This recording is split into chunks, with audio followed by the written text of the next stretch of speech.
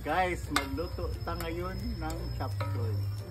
So, ano ko nakikita sa inyo kanina kung ang paggisa ng mga lamas natin, ito na yung ginagawa natin. Diretso na lang. Kaya nakalimutan nakalimutin. Makakalimutin na. So ito, ginisa namin ng unang gisa. Chop suey. Yeah. Hindi na ako kabang Tagalog. Pero,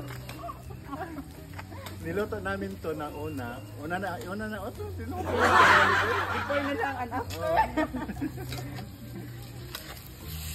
Ito na ko nalit. Ito, inuna namin itong pagluto, tapos bago nito.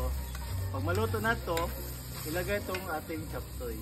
Ito na yung pamarami niya nating chop suey. Pakita natin ko sinira, oy. Ay. Sanji. Siya ito, patay ligo niya. Tayo mga ligo pa ani. O yan sa mga ligo. Mana siya guys, ha? Pag maluto na to, lagyan natin ng sauce. Tapos so ilagay natin ang oyster sauce.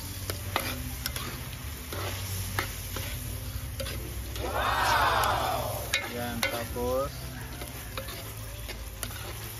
halo-haloin na. I-mix natin guys.